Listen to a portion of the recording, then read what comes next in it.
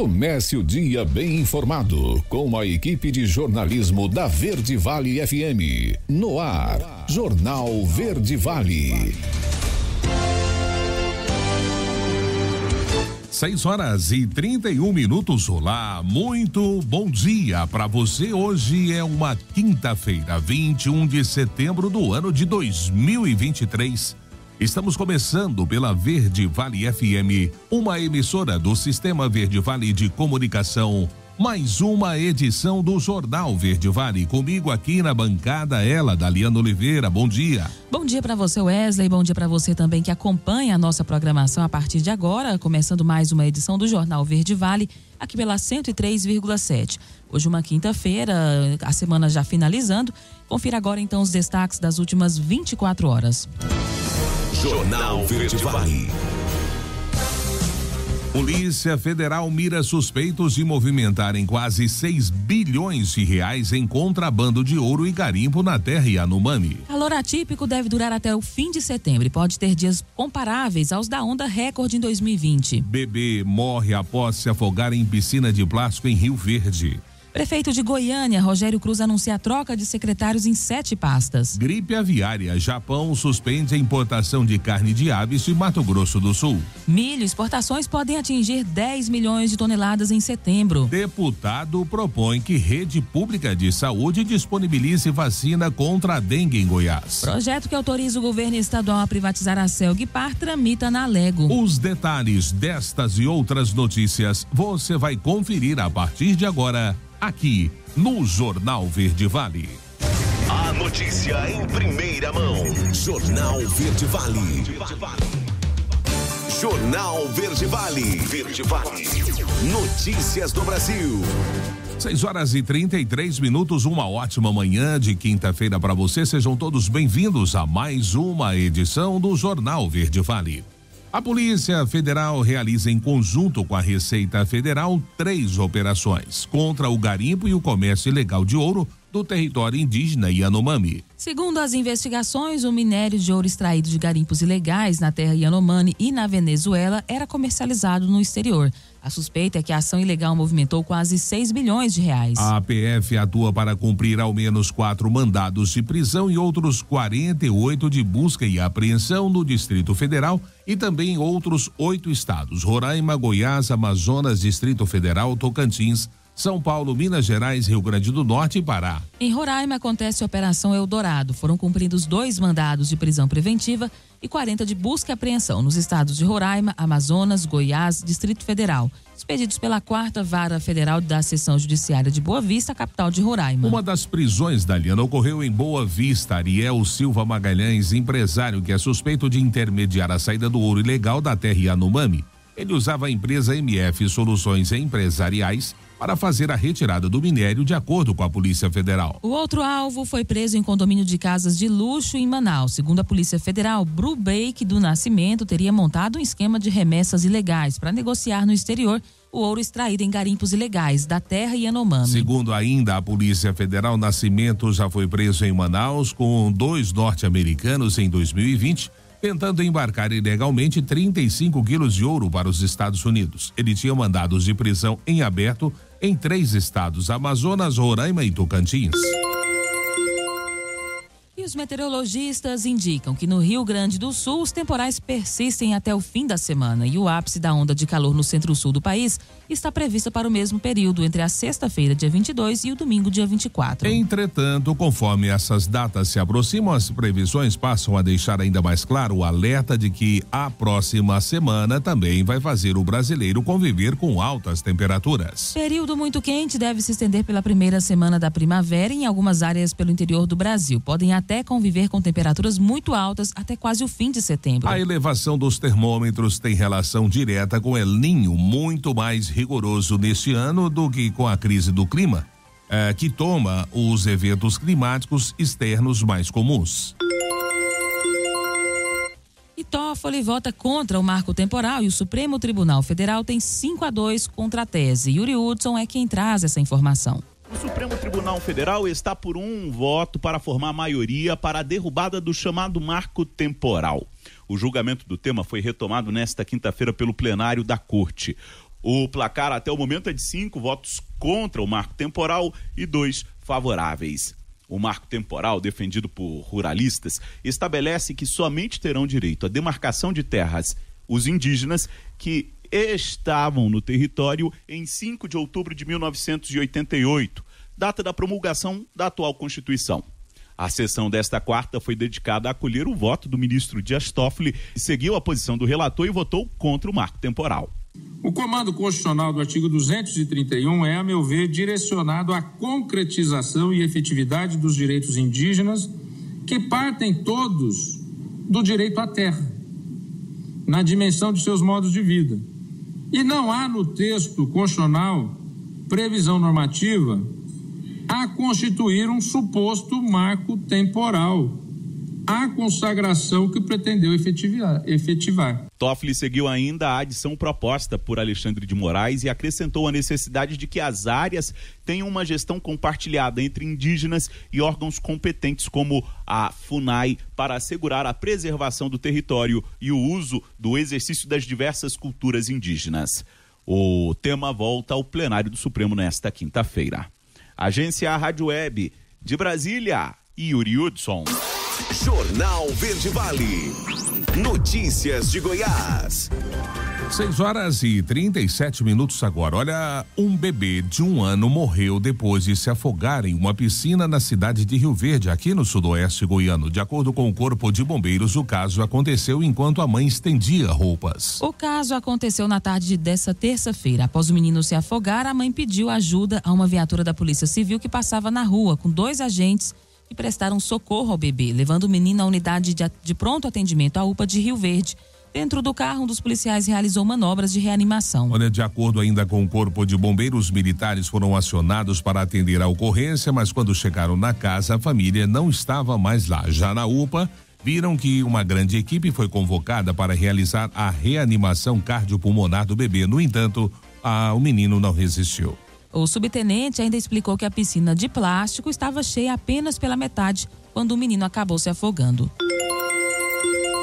E o prefeito de Goiânia, Rogério Cruz, do Republicanos, anunciou a troca de comando de 7 secretarias municipais nesta última terça-feira. Foram afetadas as repartições da administração, saúde, escritório de prioridades estratégicas, política para mulheres, agência municipal de turismo, eventos e lazer, Instituto Municipal de Assistência aos Servidores, o IMAS, e a Procuradoria-Geral do município. O motivo dessa mudança, segundo a Prefeitura, é uma reforma administrativa que Rogério Cruz está promovendo na gestão municipal. Durante a coletiva de imprensa, ele destacou o perfil técnico dos novos secretários. Essas não foram as primeiras mudanças realizadas pelo prefeito da capital. Há alguns meses, ele também nomeou novos titulares das secretarias municipais de comunicação, Célio Campos, Educação, Rodrigo Caldas, Mobilidade, Marcelo Torrúbia, Esporte, Danilo Rabelo, Desenvolvimento e Economia Criativa, Diogo Frango e Controladoria, Colemar José Moura.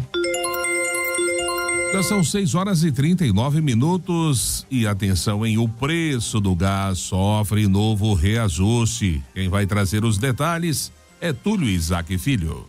Mais um reajuste no preço do gás, exatamente. R$4 a R$6 mais caro o trabalhador já encontra o botijão. E olha, não é um aumento da Petrobras. As engarrafadoras que reajustam o salário de seus funcionários, claro que vão passar essa conta para nós, o consumidor final. Você vai entender direitinho como é que funciona todo esse custo com o presidente das empresas revendedoras de gás, a Sinergás, Zenildo Dias. Bati um papo com ele e, meu amigo, prepara o bolso, que a conta já chegou. São 7 companhias, elas fazem um tipo, reunir lá, de repassar aí R$3,50 por bujão. Mas, se você vê o custo das companhias no Brasil, elas não têm 12 mil funcionários. Faz a conta pra você ver. Para mim, o meu pensamento, elas tinham de passar 80 centavos. Mas elas passam abusivo, passou R$3,50 na porta da companhia. Com o empresário nosso, que é o revendedor, vai buscar na porta da companhia, ele tem caminhão, ele tem empregado, tem tudo. Fica média, um preço de variado aí de R$4 a R$5. Cada um faz o seu preço. Se o cara quer subir R$3, ele sobe. Se Se quiser subir R$2, sobe. Cada um faz o seu custo. Quem quiser ganhar dinheiro e pagar os empresários de ter um caminhão novo, ele tem de ajustar o preço. Quem paga a conta hoje? É o consumidor. Mais uma vez, no mês de setembro, ajuste o salário das engarrafadoras, pesa no bolso de quem? Da dona de casa. Esse ano ainda pode haver um reajuste por parte da Petrobras? Pode ser ajuste, porque você viu aqui, ajustou o diesel, ajustou a gasolina, mas com a briga o gás nosso é cortado, né? Não é cortado no nosso dinheiro, sempre nós contado em dólar. A gente encontra o gás a quanto já com esse reajuste? O aumento hoje está variado aí, pode ser variado aí de R$115 a R$130 no estado. Túlio Isaac Filho, da Agência Brasil Central. Jornal Verde Vale. Esportes. 6h41 agora. E a resposta ao susto veio de uma forma rápida e eficiente. Mais uma vez, diante de um rival mais frágil, o Brasil não abriu espaço para surpresas. Nesta quarta-feira, a seleção dominou Porto Rico e chegou à quarta vitória no pré-olímpico em Tóquio. Em 3-0, parciais de 25-21, 25-15 e 25-9. O time garantiu assim o triunfo e se manteve firme na busca de uma das duas vagas em jogo para as Olimpíadas de Paris. O Brasil não joga nessa quinta-feira, depois vai para a reta final do pré-olímpico. Na sexta-feira, talvez o maior desafio. A seleção encara a Turquia às 4h no horário de Brasília. Pega a Bélgica no sábado, no mesmo horário, e fecha a competição contra o Japão no domingo às 7h25 da manhã. E falando agora de futebol, em jogo de poucas chances, Goiás e Flamengo empataram por 0-0 nesta quarta-feira na Serrinha, pela 24ª rodada do Brasileirão. O resultado foi ruim para as duas equipes. Com o placar, o rubro-negro chegou a 40 pontos e vai terminar a rodada fora do G4, enquanto que o Goiás ganhou uma posição, chegando ao 15º lugar, mas perdeu a chance de se distanciar do Z4. O Goiás enfrenta o Botafogo no Newton Santos no próximo dia 2, pela 25ª rodada do Brasileirão. O Flamengo terá a final da Copa do Brasil contra o São Paulo no próximo domingo no Morumbi. Pelo Brasileirão, o rubro-negro enfrenta o Bahia no dia 30, no Maracanã. Jornal Verde Vale. Agronegócios. 6h43, em comunicado, o Ministério da Agricultura e Pecuária, o MAPA, confirmou que o governo japonês suspendeu de forma temporária as importações de ovos, aves vivas, carnes de aves e de seus subprodutos do estado do Mato Grosso do Sul. A notificação, segundo o MAPA, ocorreu na última terça-feira. A suspensão acontece após a confirmação do foco do município de Bonito em uma criação de aves domésticas de subsistência. O MAPA afirmou que a comercialização com os demais estados continua. O Brasil é o líder nas exportações de frango para o mundo, respondendo por 35% do mercado global. Segundo dados da Agrostat, Sistema de Estatísticas de Comércio Exterior do Agronegócio Brasileiro, Mato Grosso do Sul exporta ao país 18,4% da sua produção de frango in natura. De acordo com o governo brasileiro, as medidas sanitárias estão sendo aplicadas pelo Serviço Veterinário Oficial para a contenção e erradicação do foco, bem como estão sendo intensificadas ações de vigilância em populações de aves domésticas da região. Conforme nota do MAPA, não há estabelecimentos avícolas industriais nas áreas de risco epidemiológico ao redor do foco. A notícia em primeira mão. Jornal Verde Vale. Jornal Verde Vale. Verde Vale. Notícias do Brasil. 6h58 agora, já de volta com o Jornal Verde Vale dessa quinta-feira. E o Banco Central do Brasil cortou em decisão unânime a taxa básica de juros, a Selic, em meio ponto percentual, conforme esperado, na noite dessa quarta-feira. Com isso, a Selic caiu de 13,25% para 12,75%, na segunda queda consecutiva de juros. Agora a Selic está em seu menor patamar desde maio de 2022. Para as próximas reuniões, o Banco Central, em seu comunicado, disse que deve manter o mesmo ritmo de cortes. Na visão do economista Luiz Otávio Leal, esse trecho do comunicado praticamente tirou do jogo o corte de 0,75 ponto em dezembro, como alguns economistas previam. Para que isso aconteça, o Banco Central terá que fazer uma indicação bem forte na próxima reunião. Na visão do Banco Central, o cenário externo ficou mais complexo com o aumento dos juros por vários bancos centrais. Outro ponto importante do texto foi o recado dado pelo Banco Central ao governo federal de que é preciso focar no cumprimento das metas.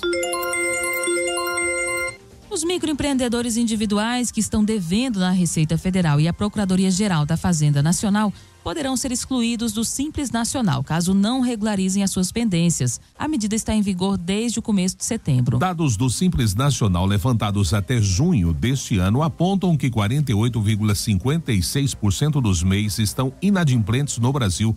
Entre os estados com mais devedores se destacam Amapá, Amazonas, Pará, Roraima e Maranhão. Segundo a Receita, os inadimplentes vão receber os termos de exclusão do Simples Nacional, além dos relatórios de pendências. No caso da exclusão, o Cadastro Nacional da Pessoa Jurídica vai continuar ativo. No entanto, a empresa perderá o benefício de recolher os tributos em valores fixos mensais, entrando nas regras de apuração com base no lucro real ou lucro presumido. Durante os próximos meses, os empreendedores que deixaram de apresentar a declaração anual simplificada do MEI por um período superior a 90 dias, contados do vencimento do prazo de entrega, poderão ter o CNPJ inapto. PL cria marcos sobre direitos humanos e empresas no Brasil. Vamos saber os detalhes com o Bruno Moreira. Discussão sobre o projeto de lei que cria o Marco Nacional sobre Direitos Humanos e Empresas e estabelece diretrizes para políticas públicas sobre o tema foi o ponto de partida para um seminário realizado pela Central Única dos Trabalhadores na última semana. O papel do movimento sindical em defesa da vida e de condições dignas de trabalho esteve em pauta, assim como responsabilidades do Estado e de empresas.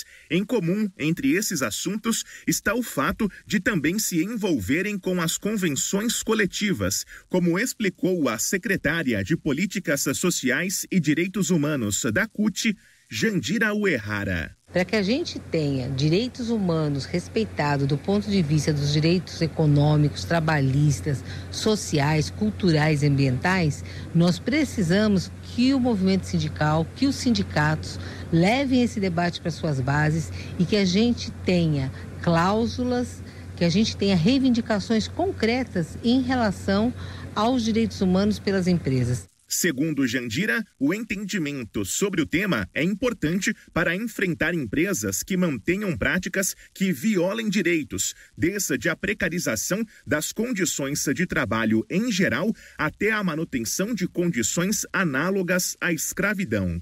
O sindicato, a nossa militância ou a classe trabalhadora em todos os seus segmentos compreender a centralidade da política de direitos humanos, né? E combater as violações através das negociações coletivas é algo fundamental para que a gente possa avançar nos direitos da classe trabalhadora no Brasil. O encontro teve a colaboração de representantes do governo federal e de organismos internacionais, com contribuição especialmente da experiência da Alemanha. O projeto de lei do Marco Nacional sobre Direitos Humanos e Empresas, de autoria do deputado Helder Salomão, do PT do Espírito Santo, está em tramitação na Câmara. Agência Rádio Web. Produção e reportagem, Bruno Moreira. Jornal Verde Vale. Notícias de Goiás. 7h02 agora. Olha, tramita na Assembleia Legislativa um projeto de lei que institui a disponibilização gratuita e permanente da vacina contra a dengue em todas as unidades da Rede Estadual de Saúde de Goiás. A matéria foi apresentada na sessão da terça-feira e ainda deve passar pelas comissões e por 2 votações no plenário. O autor do projeto, o deputado Paulo César Martins, argumenta que a vacinação é o caminho mais seguro para evitar a propagação de muitas doenças, especialmente aquelas provocadas por vírus. A mais nova versão da vacina contra a dengue já está disponível na rede privada de saúde e foi autorizada pela Anvisa em março desse ano. A indicação é para pessoas de 4 a 60 anos. Por enquanto, a vacina está disponível apenas em clínicas particulares e terá um custo estimado entre R$350 a R$500 cada dose. E o governador Ronaldo Caiado enviou à Assembleia Legislativa um projeto de lei que autoriza a privatização da companhia Celg de Participações, a Celgpar. O objetivo apontado pelo governo estadual é a melhoria dos serviços de geração e transmissão de energia elétrica com investimentos do setor privado. O texto já tramita na casa e recebeu pedido de vistas na comissão mista na terça-feira dos deputados Major Araújo, Antônio Gomide, Bia de Lima, Mauro Ruben e Coronel Adailton. O governo argumenta que a iniciativa privada demonstrou mostrou ser uma alternativa forte e capitalizada para os investimentos dos sistemas de geração, transmissão e distribuição de energia. Assim, caberia ao Estado, na avaliação do governo, a regulação, a supervisão e a fiscalização desse setor, também o planejamento energético. Além disso, a privatização da Celgpar, de acordo com o governo, melhoraria a infraestrutura e traria benefícios financeiros ao Estado. O patrimônio da Celgpar está avaliado em cerca de 400 milhões de reais.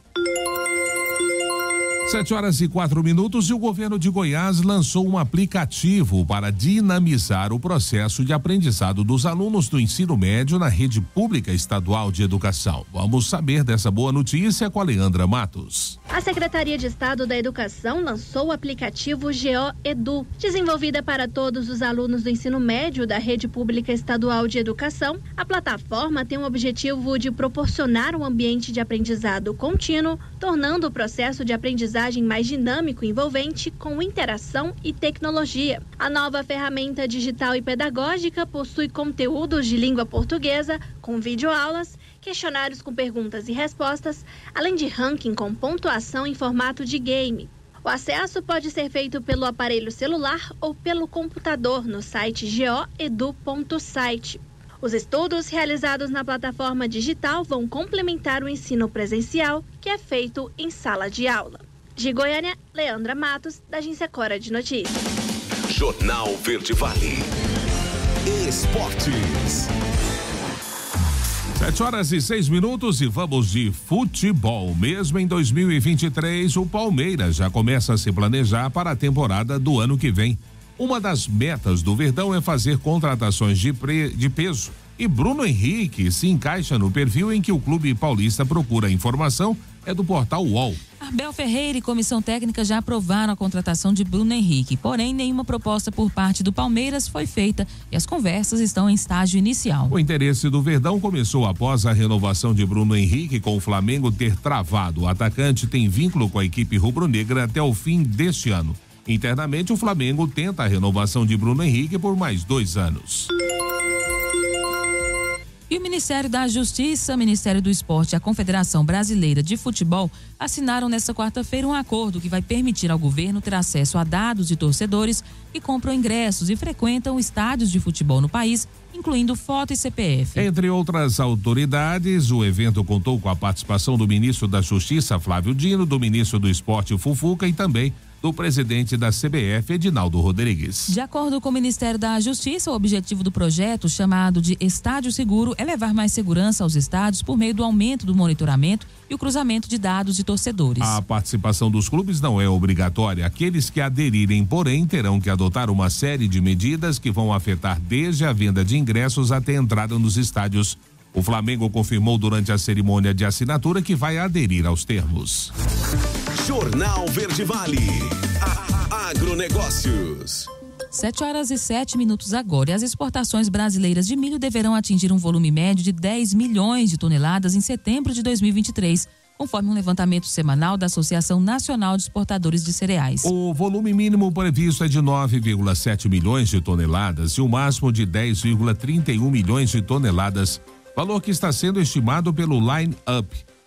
Em setembro do ano passado, o Brasil havia exportado 6,84 milhões de toneladas do cereal. Segundo a ANEC, em agosto de 2023, o Brasil exportou 9,26 milhões de toneladas. No acumulado do ano, os embarques são estimados em 34,68 milhões de toneladas. Na semana entre 10 de setembro e 16 de setembro, foram embarcadas 2.220.000 toneladas de milho.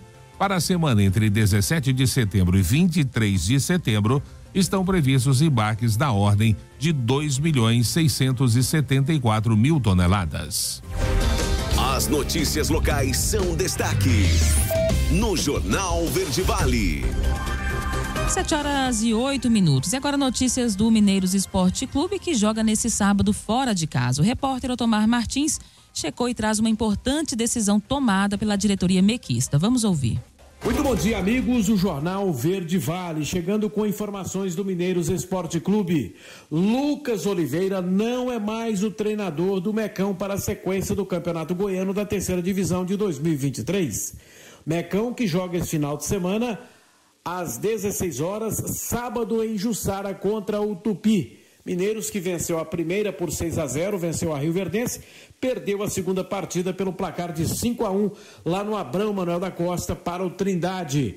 Portanto, logo mais o meio-dia, o presidente da equipe do Mineiro Esporte Clube, José Silvestre, estará falando desse assunto e outros mais. Então tá aí essa informação.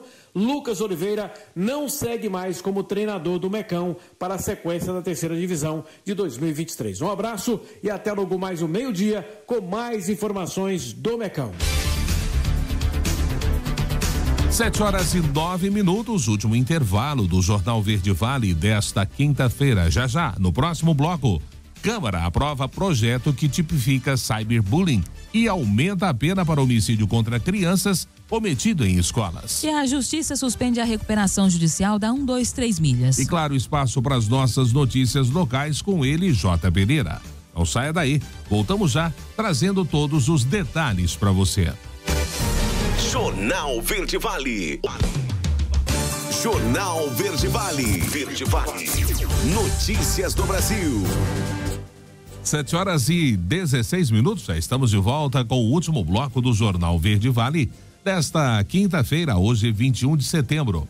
A Câmara dos Deputados aprovou nesta quarta-feira um projeto que tipifica no Código Penal o chamado cyberbullying, ou seja, a intimidação físico-psicológica por meio virtual. A pena prevista pelo projeto para o crime é de prisão de 2 a 4 anos e multa. A proposta, que segue agora para o Senado, vem na esteira de um caso revelado pelo Fantástico que mostra como o aplicativo Discord se tornou uma ferramenta para criminosos cometerem estupro virtual, chantagem e mutilação. O projeto também inclui no Código Penal o crime do bullying, que hoje não é tipificado. A pena, contudo, é mais branda do que o do ciberbullying, apenas de multa. Na justificativa, o relator, o deputado Altineu Cortez, argumentou que o ambiente eletrônico torna mais ativo e recorrente as agressões, podendo chegar à sua forma mais odiosa, a agressão física.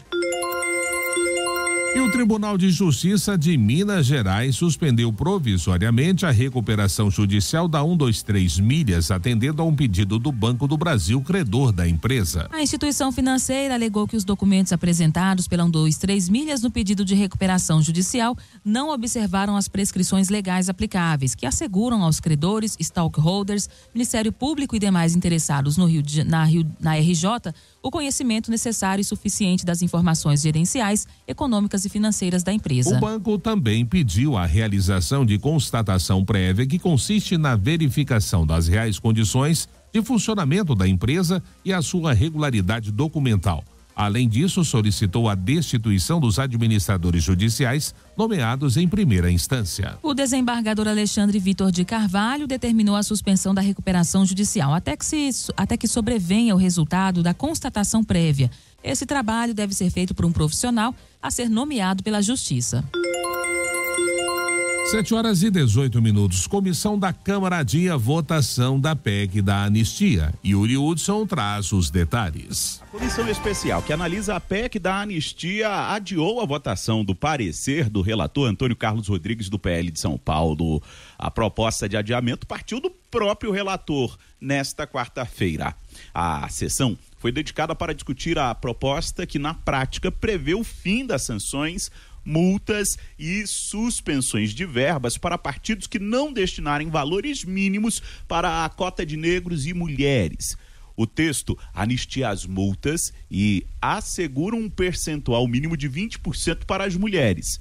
A deputada Fernanda Belchiona, do PSOL, contrária à matéria, sustenta que o percentual é baixo. Se cria, na prática, uma cota de 80% para candidaturas brancas, rebaixando a decisão do Supremo Tribunal Federal e o combate à desigualdade de raça dentro dos parlamentos. A PEC da anistia consegue algo raro: juntar PT de Lula e PL de Jair Bolsonaro em prol de uma matéria. Para o deputado Felipe Barros, do PL, a proposta vai disciplinar regras objetivas e acabar com interpretações da Justiça Eleitoral que mudam de estado para estado.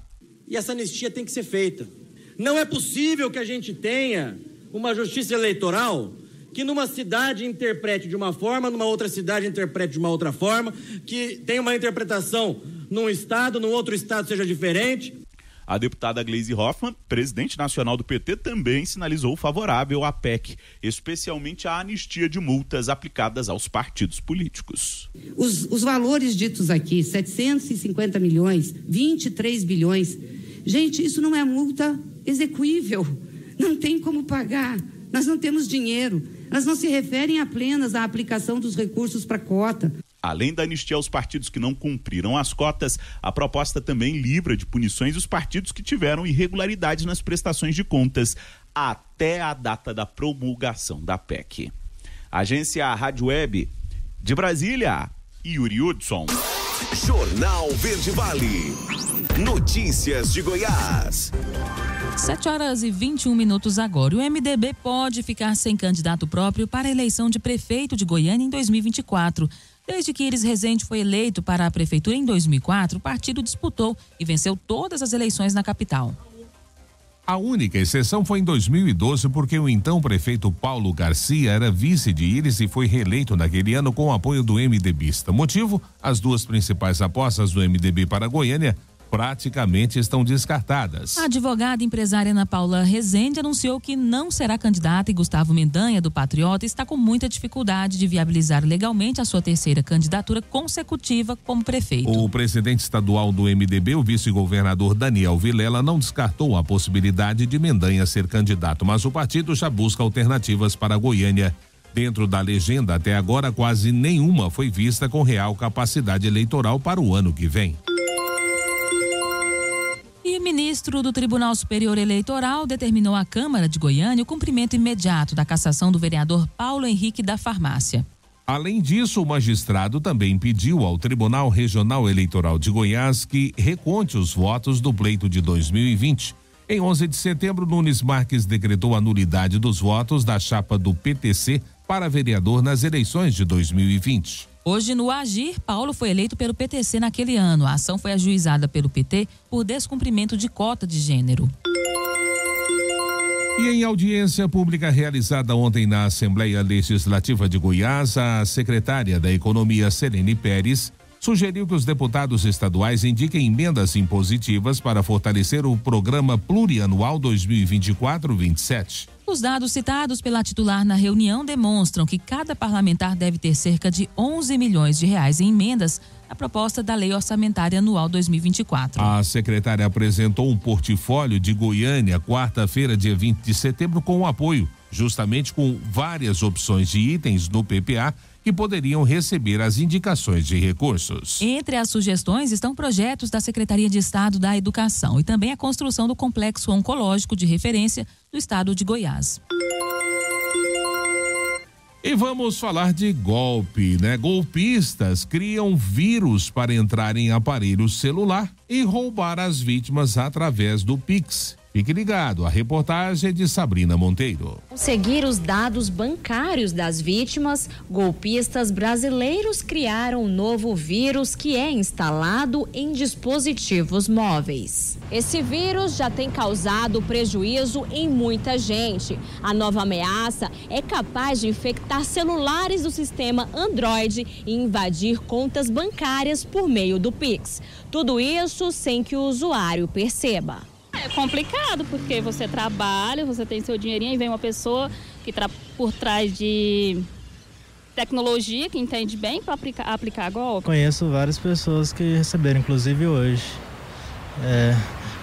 recebe mensagens de uma pessoa dizendo que é outra pessoa e pedindo dinheiro, né? A delegada explica o que as vítimas relataram depois de terem o celular infectado pelo Bratis. Quando o banco, o aplicativo bancário pede a senha, a tela demora um pouco a avançar, alguns sentiram até uma certa que a tela tremeu, a tela em si, como se a imagem estivesse sendo maculada. E diferente de outros vírus, esse é capaz de realizar a transação sozinho e depois direcionar o Pix para a conta do fraudador. Você vai fazer um Pix para uma pessoa, vai confirmar esse Pix com a sua senha, esse Pix ele já foi maculado nesse momento, porque o vírus faz isso, e aí você vai acabar, ao invés de enviar a quantidade que você quer para a pessoa X, você o vírus fará você enviar uma quantidade muito maior para outra pessoa que você sequer conhece. O presidente da Associação dos Bancos em Goiás falou sobre as ações adotadas para evitar que os clientes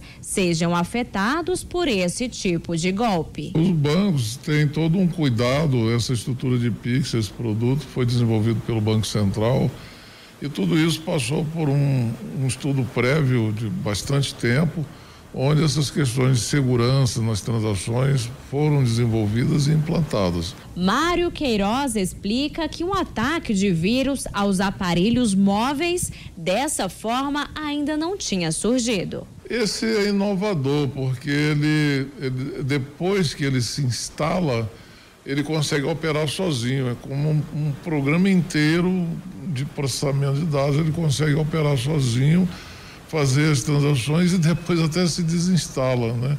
Advogada especialista em direito digital, Camila Pinheiro, destaca as formas de se proteger contra essas fraudes. Por enquanto, o vírus está atingindo apenas os dispositivos que usam o sistema operacional Android. Então, se você usa o Android, fique muito atento a, por exemplo, e-mails, mensagens de WhatsApp, SMS que você recebe e que te pedem alguma ação. Outro cuidado que ajuda muito é você manter o seu sistema operacional aí sempre atualizado, porque quando você faz as atualizações, você também está atualizando a segurança do seu smartphone.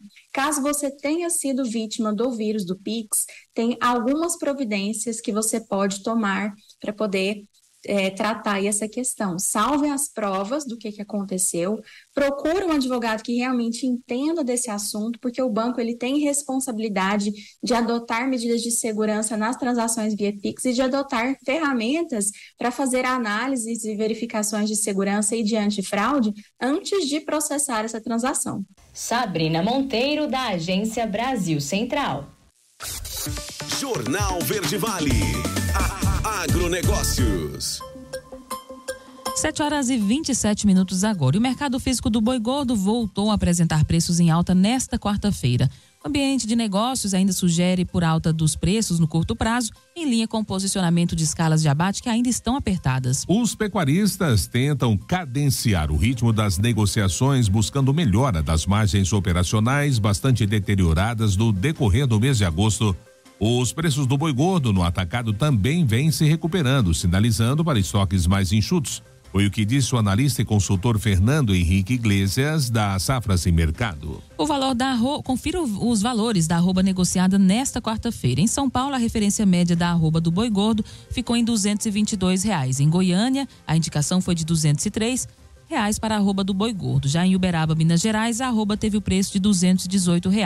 Em Dourados, Mato Grosso do Sul, a indicação foi de R$ 222. Em Cuiabá, Mato Grosso, a arroba ficou indicada em R$ 180. Jornal Verde Vale. Esportes. Vamos então falar de futebol. Uma vitória tricolor para embalar a equipe rumo à semifinal da Conmebol Libertadores. Léo Fernandes entrou no segundo tempo e marcou o gol da vitória por 1-0 do Fluminense em cima do Cruzeiro pela 24ª rodada da competição. A equipe tricolor ameaçou mais, chegou a acertar o travessão e teve mais chances, mas foi apenas com um chutaço do meio uruguaio que conseguiu abrir o placar e garantir o resultado no Maracanã. E o São Paulo recebeu Fortaleza na noite desta quarta-feira às 21h30, horário de Brasília, no Morumbi.